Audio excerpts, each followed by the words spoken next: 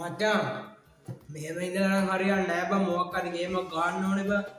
අතේ 7-5ක්වත් නෑ බං ඔව් බං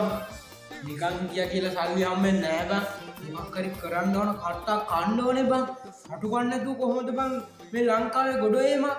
වැඩක් නැහැ බං බලපං කටු කාපු මිනිස්සු කොච්චර සැප විඳිනවද ඕ බං උඹ හරි ඒක තමයි සින්නේ කට්ටක් කන්න කිව්වනේ ගේමක් ගහන්න